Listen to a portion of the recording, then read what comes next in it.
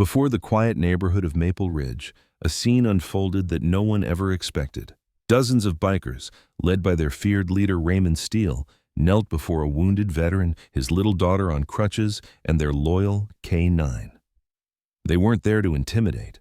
They were there to thank Jack, Emily, and Rex for saving the life of the biker's only son.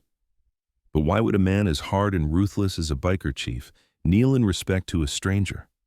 What could turn power and vengeance into gratitude and humility? Stay with us, because this story will show you. And as you listen, we'd love to know where you're watching from and how this moment makes you feel. Drop a comment below, share your thoughts, and may you have a blessed and peaceful day. The late afternoon in Maple Ridge settled into a calm rhythm. The sunlight spilling across sidewalks lined with tidy hedges and modest houses, the faint sound of children's laughter drifting in the distance as neighbors called their families in for supper. Jack Carter walked steadily along the shaded edge of the park, his steps unhurried, his hand occasionally adjusting the brim of the black cap that bore white embroidered letters reading, "Veteran." At his side moved his 5-year-old daughter, Emily, small and light, balancing carefully on a wooden crutch as her metal prosthetic supported her missing leg, her beige dress with tiny dots fluttering softly in the breeze. Just ahead trotted Rex, the family's 6-year-old German shepherd, his black and tan coat catching the fading light, his amber eyes sharp and watchful, the black harness across his chest marked with the patch Veteran K9. Together, the trio had become a familiar sight on these streets, their bond a picture of strength built from both hardship and love. Though the town looked serene that evening, Jack's instincts never allowed him to fully let down his guard, a discipline ingrained by years of service and sharpened by the weight of fatherhood. He carried himself with the steady bearing of a man who had survived storms that others could not imagine, yet found peace in small routines like walking his daughter home. Emily, though slowed by her crutch, carried herself with quiet resilience, her golden hair shifting across her cheeks each time she turned her head toward him, her voice light as she spoke about the little things she noticed along their route. Rex remained a sentinel, his ears pricking at the faintest noise, his movements controlled yet ready, a presence that comforted both Jack and Emily with the certainty that he was always on guard. The calm of the street began to fray when Rex suddenly stiffened, his body lowering and his head turning toward the far side of the block. His growl rumbled low in his chest, drawing Jack's attention instantly, the veteran's eyes narrowing as he scanned beyond the trimmed bushes and parked cars. Emily tugged gently at her father's sleeve, her voice urgent as she whispered for him to look, her small hand pointing down the street with unmistakable urgency. Jack followed her gaze and caught sight of a pale white van with its rear doors half open, and near it, 3 men loomed over a struggling boy in a school uniform, the child's backpack half dangling from his shoulder as he resisted their rough hands. The boy looked no older than 9 or 10, his frame slight, his dark hair messy as it fell into his frightened eyes, his white shirt wrinkled and smudged with dirt. He twisted against the grip of the tallest man, whose shaved head and tattooed arms lent him a harsh and threatening air. Another man, broader with greasy dark hair tucked under a baseball cap, shoved the boy hard toward the open van, while the third, lean with a sharp jawline and close-set eyes, darted glances left and right as though to ensure no one was watching. But they had miscalculated. Rex erupted with a sharp bark that cracked across the street like an alarm, the sound so fierce it seemed to freeze the men for a heartbeat. Emily clutched her crutch tighter, her eyes wide but steady, while Jack's training seized control of his thoughts, stripping away hesitation. He knew calling for help would waste precious seconds, and in that moment, the boy's safety outweighed every risk. Jack gave Rex a swift hand signal, the kind drilled into the dog from years of discipline, and the German shepherd crouched low, muscles tense, ready to strike. Jack sprinted across the street, his boots pounding against the pavement, Rex flying at his side with a surge of power. The tattooed man turned first, surprise flashing across his face just before Jack slammed his shoulder into him, shoving him hard away from the child. The boy stumbled back, his backpack slipping to the ground, but the broad man in the cap lunged for him again. Before the attacker's hand could close, Rex lunged, clamping his jaws around the man's sleeve with crushing force and yanking him off balance, dragging him heavily onto the asphalt. The lean man pulled a short knife from his jacket, his eyes narrowing as he cursed under his breath, lunging straight for Jack. Jack raised his arm to block, the blade grazing along his forearm with a searing sting, but his momentum didn't falter. With his free hand, he swung hard, landing a blow that knocked the knife from the man's grip, the blade clattering loudly across the pavement. The boy scurried behind Jack's legs, eyes wide, his hands gripping Jack's jacket as though it were a lifeline. The fight turned brutal in its speed. The tattooed man scrambled back up, but Jack pressed forward, a swift kick sending him crashing into the van's open door with a heavy thud. Rex released his hold only long enough to reposition, growling deep as he stood protectively over the boy, his stance daring anyone to come closer. The lean man dove toward his lost weapon, but Jack pinned it to the ground under his boot and shoved the man backward with the strength of someone who had learned to survive under fire. It was then the tide shifted. The attackers realized their control was broken, their advantage undone by the sudden ferocity of man and dog. From nearby houses, blinds shifted and curtains parted, the faint outlines of neighbors beginning to gather, their murmurs rising in the night air. The men exchanged quick curses, one clutching his bruised jaw, another holding his torn sleeve, and they bolted toward the alley, their footsteps fading into the maze of backstreets. They left behind only the echo of their failed attempt, and the image of their victim sheltered by strangers they had underestimated. Jack stood with his chest heaving, sweat dampening his collar, his injured arm stinging though his grip never loosened on the boy's shoulder. Rex remained firm, his ears erect, his breath hot and steady as he watched the street with vigilance. Slowly, the quiet returned, broken only by the boy's trembling breath. Emily, who had stayed rooted near the curb through it all, now hobbled forward quickly, her crutch striking the ground in fast rhythm until she reached Rex. She dropped down, her small arms wrapping around the German shepherd's neck, her face pressing against his thick fur as though the dog himself anchored her back to safety. Her body trembled lightly, but her eyes, when she raised them to meet her father's, gleamed with unshaken resolve. Jack looked from his daughter to the boy at his side, then exhaled heavily, relief settling in his chest. For now, the child was safe, and though the night had revealed shadows in their quiet town, it had also proven the strength of standing against them. The evening air in Maple Ridge cooled quickly after the confrontation, the once golden sky dimming into shades of purple and gray, as neighbors lingered in doorways, whispering about what they had seen. Police sirens broke the quiet, arriving just minutes after Jack had forced the kidnappers to flee, and the flashing red and blue lights spilled across the cracked asphalt, painting faces with a sense of urgency and relief. Jack stood steady despite the sting on his arm, Rex seated at his side with his tongue lolling yet eyes still sharp, while Emily leaned against her crutch, her small figure trembling from adrenaline but refusing to let go of her calm expression. The rescued boy clung to Jack's jacket, silent and pale, but at least no longer in the hands of those who had tried to take him. Two officers approached quickly, both dressed in navy uniforms, their boots thudding heavily on the pavement. The first, Officer Daniels, was a man in his mid-30s with short blonde hair cropped close to his head and a face that bore the lines of long shifts and little rest. The second, Officer Hernandez, younger and leaner with dark brown eyes and olive-toned skin, carried a softer presence that contrasted with the weight of the situation. They crouched near the boy, asking his name and checking for injuries, but the child stayed mute, shaking his head and clutching the strap of his torn backpack. Jack lowered his voice, steady and reassuring, telling the officers what he had seen, his words cutting through the boy's fear. Emily stepped closer then, her scarf navy blue with tiny stitches of thread fraying at the edges, slipping from her shoulders. She didn't say a word. Instead, she draped it gently around the boy's narrow frame, letting the fabric settle on his trembling shoulders. The boy glanced at her, startled by the gesture, then buried his chin into the scarf as if to anchor himself. For all the strength of Jack and Rex's intervention, it was the quiet act of kindness from a little girl who understood fear all too well that eased the tension in his eyes. Rex leaned forward, sniffing at the boy, then gave a soft chuff as if to assure him that the danger was gone.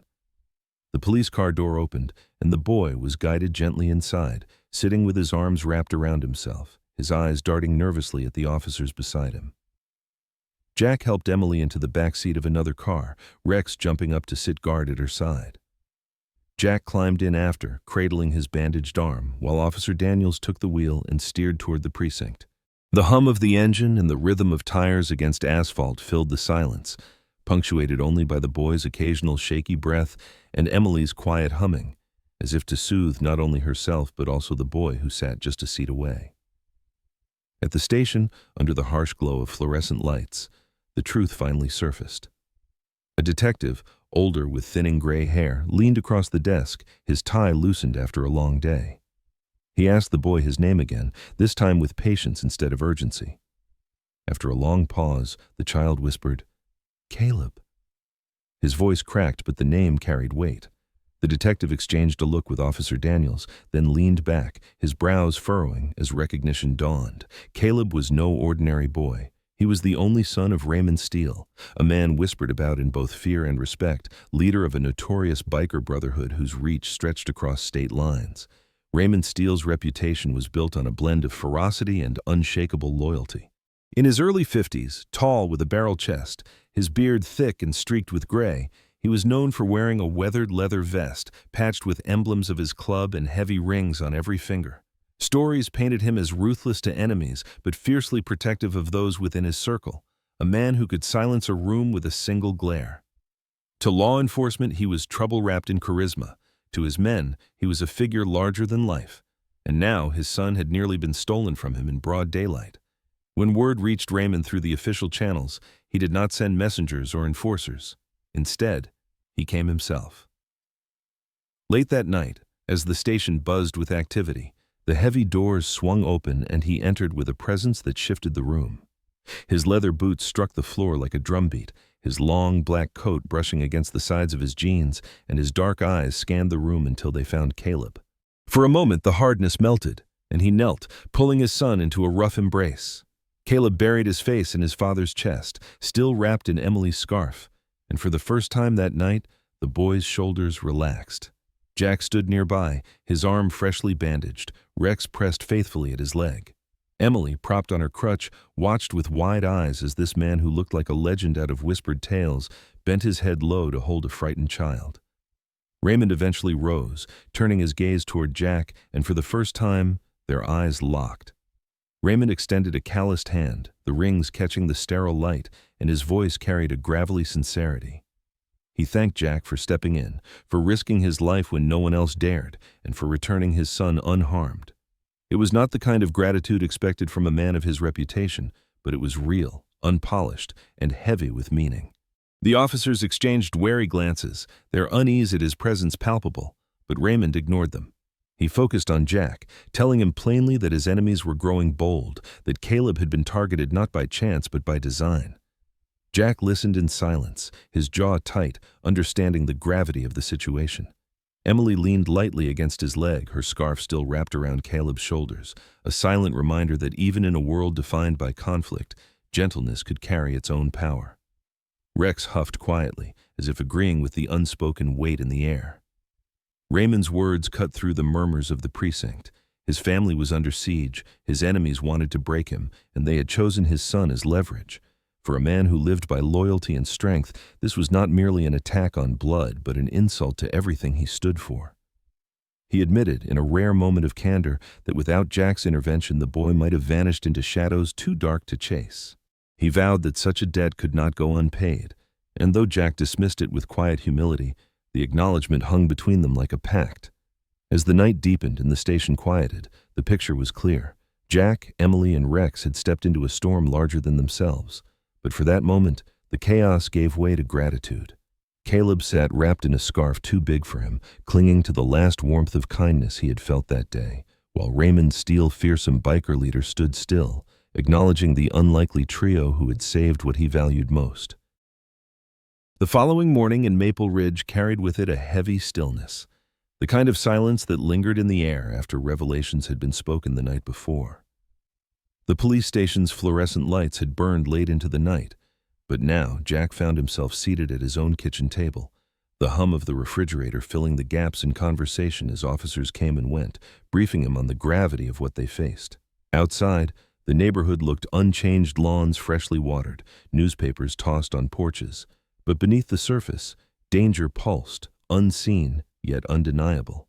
Emily sat on the living room rug, folding napkins for the table as if nothing had happened, and her wooden crutch resting nearby. Rex lay at the doorway, his chest rising steadily, ears flicking at every sound beyond the house. Jack's mind was restless, running through scenarios in precise detail the way he once had on deployment.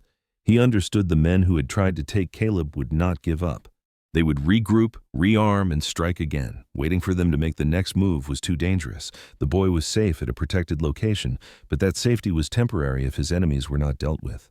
Jack's voice, low and steady, carried across the room when he finally said aloud what had been turning in his head all night. "We make them come to us." Officers Matthews and Hernandez exchanged a quick glance, both cautious of the idea, while Raymond Steele, looming in the corner in his black vest, leaned forward, his weathered hands clasped tightly together. The plan Jack laid out was both daring and calculated. Caleb would not be exposed.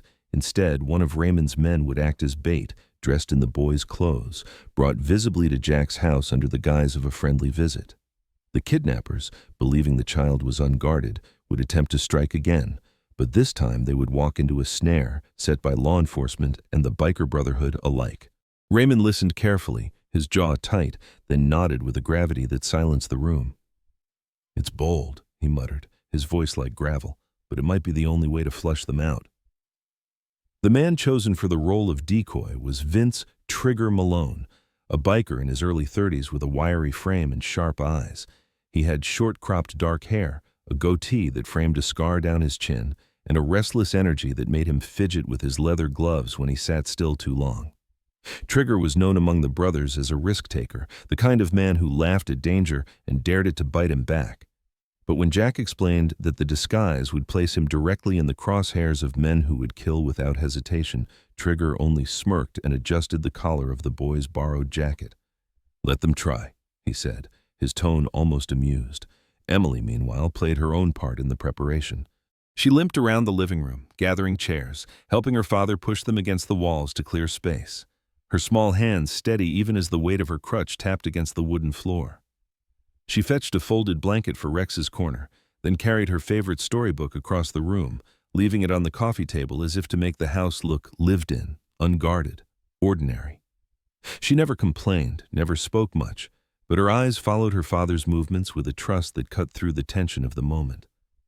Later, when the house was ready, she was walked next door to stay with Mrs. Jensen, an elderly widow who had always adored Emily's smile. Emily waved once from the porch, her scarf trailing in the wind, before disappearing safely inside. Rex, unlike Emily, would not be moved from the field of action. The German shepherd paced the perimeter of the yard, his nose lifted high, muscles tight beneath his coat, every motion attuned to Jack's commands. Officers had seen trained dogs before, but Rex carried himself differently. He was not simply obeying, but anticipating, as though he understood the weight of what was coming. His harness gleamed, the patch marked Veteran K9 standing out like a badge of honor. When Jack knelt to check the buckles, Rex pressed his head into his chest with a low rumble, not fear, but readiness. As evening set in, the operation took shape. Unmarked patrol cars stationed themselves discreetly at corners, engines off but radios alive with quiet chatter. Raymond's men, scattered in pairs, blended with the shadows, leather jackets muted under dark coats, eyes sharp and hands restless at their sides. Yes. Inside the house, Jack adjusted the lamps to cast ordinary glows through the curtains, the illusion of a home preparing for dinner, a place where nothing unusual was stirring. Trigger sat at the kitchen table in Caleb's borrowed shirt, his restless foot tapping, a boy's backpack hanging on the chair beside him. He cracked jokes with the officers nearby, but his eyes never strayed far from the door. The waiting stretched thin, heavy as steel wire pulled taut. Jack walked the length of the living room more than once, his thoughts running through each angle, each entry point, each possible misstep. He glanced often at the window where Emily's toy horse still sat on the sill, a reminder of who he was fighting to keep safe. Matthews, the senior officer, checked his watch again and muttered about timing, but Jack silenced him with a look. The trap was not theirs to force. It was theirs to hold until sprung. Outside, Rex's bark cracked the night once, then fell silent again, a signal that nothing yet moved in the dark. The tension built like a storm on the horizon. Every creak of wood in the house, every gust of wind rattling branches outside seemed to carry weight. Trigger leaned back in his chair, arms crossed, his smirk stubborn even under the scrutiny of danger. Jack stood steady by the window, eyes cutting into the night, his bandaged arm throbbing, but his resolve sharper than the ache. Raymond's men shifted in the yard, their silhouettes heavy against the faint glow of street lamps. The trap was set, every piece in place, the bait prepared, the guards waiting, the silence stretched to breaking. Then came the calm before the strike, a stillness so complete it pressed against the chest. Jack felt Rex stiffen at the door, the dog's ears pricking sharply, his muscles coiling like springs. Jack's own body mirrored the tension, instinct telling him what his eyes could not yet see. Outside, shadows moved against shadows, figures emerging where seconds ago there had been only darkness. The trap was ready, and in that charged silence Jack whispered a single command to Rex. The stage was set, the house no longer just a home, but a snare waiting for its prey. The night in Maple Ridge descended thick and heavy, the kind of darkness that pressed close against windows and muffled even the sound of crickets. Inside Jack Carter's house, every lamp had been placed with care, throwing a warm glow across the furniture, the illusion of a safe home masking the tension that coiled in every corner. Jack stood by the front window, his frame outlined against the curtain, his eyes unblinking as they scanned the quiet street. Behind him, Trigger Malone sat at the kitchen table in Caleb's clothes, feigning casualness yet tapping his boot restlessly against the floor. Outside, bikers waited in the shadows while unmarked patrol cars lingered at the edges of the block, radios whispering in clipped tones. The trap, set in silence, was moments from being tested. At first, the street seemed deserted, only the hum of a lone street lamp and the rustle of leaves in the wind. Then, Rex stiffened at the door, ears pricking and body lowering into a crouch. His amber eyes locked on a point down the road where movement had begun to stir. Jack followed his gaze, and his chest tightened at the sight of a dark sedan rolling slowly to a stop near the van that had been abandoned earlier in the week. The engine cut, and shadows spilled out, 3, then 4 figures dressed in dark jackets, their movements purposeful and tight. The men's faces were partly hidden, but their intent was clear. They had come back to finish what they started. The bikers outside shifted in the dark, their boots silent on the grass, leather jackets blending with the night. One of them, Steele Rodriguez, Raymond's second in command, raised a gloved fist as a signal, but the police officers stationed nearby hesitated. Officer Matthews whispered into his radio, his voice sharp with caution, "We move on my call." The suspicion between police and bikers bristled like static in the air, both sides wary of being undercut. Yet Jack, stepping onto the porch with Rex at his side, gave a single nod to Matthews, his voice low and steady. "Trust them. We end this together." That was enough to still the doubt, and the formation held, waiting for the exact moment. The kidnappers crept closer, their leader at the front, a man with broad shoulders and a thick beard, his heavy boots striking against the asphalt. His right hand clutched a crowbar, his left adjusting a ski mask that did little to hide his grim jawline. Behind him followed a wiry man with close-cropped blonde hair, holding a knife with a glint that caught the lamplight, and 2 others, both in their 20s, carrying batons and exchanging quick, eager glances. They moved with the coordination of men who had done this before, confident that their target was inside, unaware that eyes tracked their every step.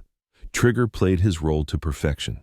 He shifted noisily at the kitchen table, dragging the chair as though restless, letting the faint light spill across the borrowed jacket draped on his shoulders. From outside, the kidnappers saw a silhouette that looked exactly like the boy they wanted, a small figure seated carelessly within reach. The leader smirked, muttering something to his crew, and raised his crowbar to signal the strike. They advanced faster, crossing the yard with heavy strides, their weapons poised to shatter the quiet. That was the moment Jack had been waiting for.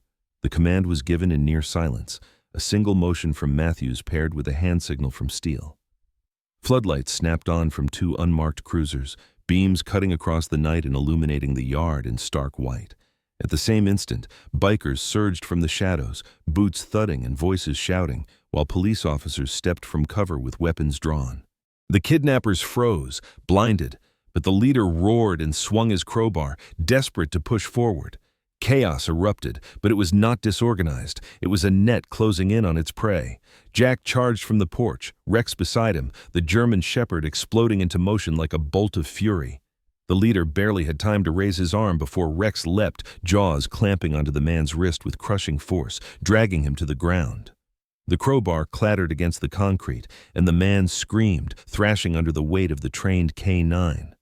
Jack moved past them, intercepting the blonde attacker with the knife. The blade slashed, grazing Jack's shoulder, but the veteran pivoted, his good arm driving forward to slam the man into the siding of the house. The knife fell, spinning across the lawn. The other two kidnappers tried to retreat, panic overtaking their bravado, but the bikers cut them off. Steele Rodriguez, tall and scarred, slammed one against the hood of a car, his voice a thunderous growl, while another biker twisted the arm of the second until he dropped his baton with a cry. Police officers swarmed in, cuffs snapping into place, radios crackling with confirmations. The air was filled with the sounds of struggle boots scraping, dogs snarling, men shouting, but within seconds the fight had shifted, the attackers completely overpowered. Jack tightened his grip on the blond man's jacket, dragging him to the ground as officers rushed to secure him. His chest heaved, sweat mixing with the sting of fresh cuts, but his eyes remained sharp. Rex stood above the pinned leader, his teeth bared in a warning snarl, until Jack gave the release command, pulling him back by the harness.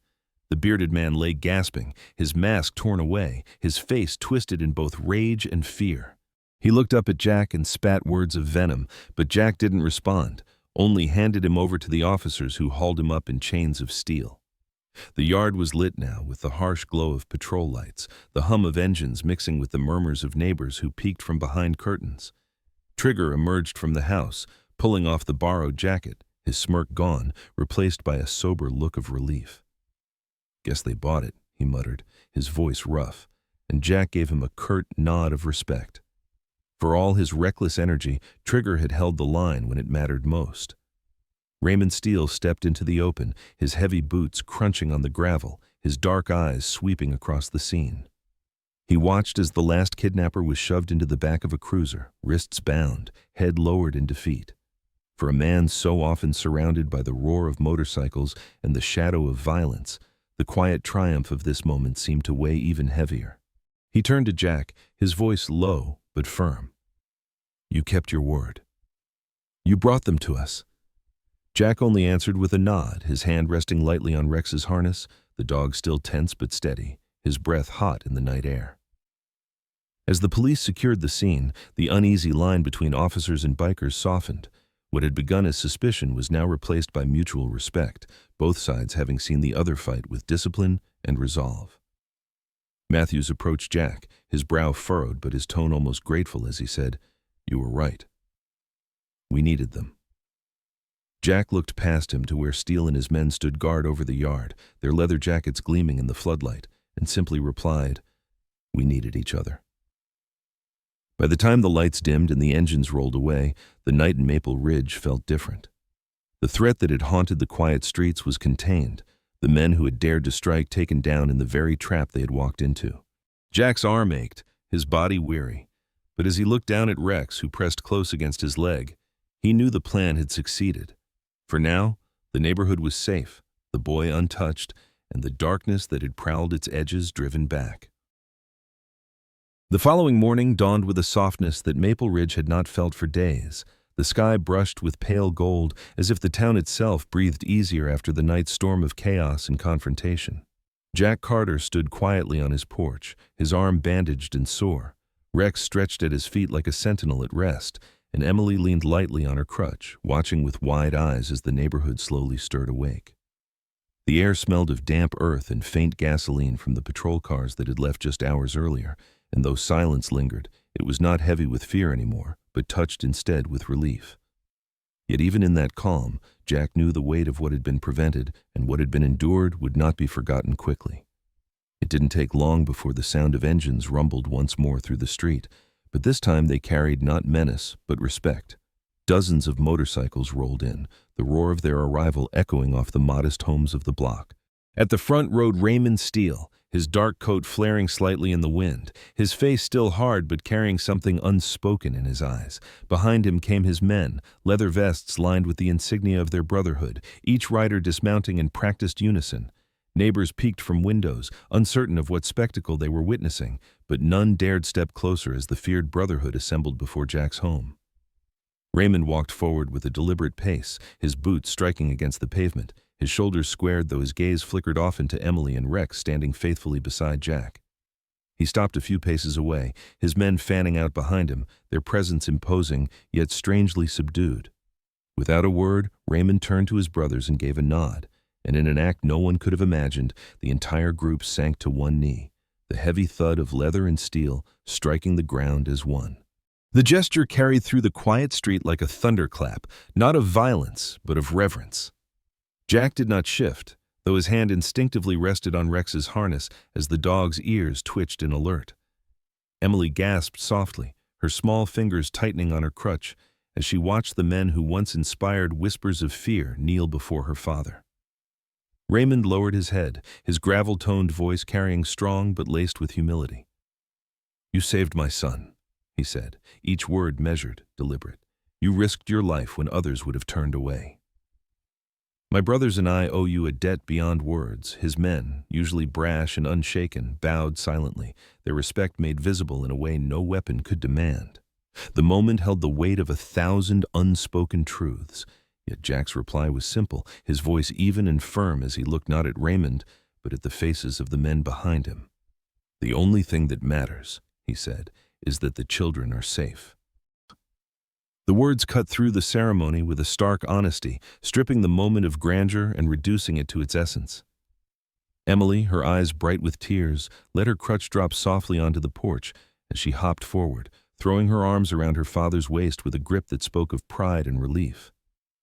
Jack bent slightly, wrapping one arm around her, his jaw set though his eyes softened. Rex, faithful and proud, sat tall beside them, his amber eyes scanning the kneeling men, the patch on his harness glinting in the morning light. One of the bikers muttered quietly, loud enough to be heard, "That dog's a hero." Others nodded, and soon the name spread among them, murmurs rising like a chant until Rex was being called the four-legged guardian, the silent warrior who had struck terror into their enemies. The German shepherd only flicked his tail once, his steady gaze fixed on his master as if unmoved by the praise, content in the knowledge of duty fulfilled. Raymond rose slowly, his men following suit, and for the first time his expression betrayed more than strength. There was conflict in his eyes. A man who had lived by the code of vengeance, now confronted by a truth he could not deny, that compassion had saved what violence could not. He looked at Jack and then at Emily, his voice low, almost reflective. "I've lived a long time thinking power was about fear," he admitted. "But what you showed me, it may be stronger than anything I've known." His men shifted uneasily, not used to hearing their leader speak of gentleness, but none dared question him. The neighbors, who had hidden behind curtains, began to step cautiously into the street, watching as the feared riders stood in reverence before a wounded veteran, his young daughter, and their loyal dog. What they saw was not intimidation, but transformation, the quiet acknowledgement that even the darkest of lives could be touched by light.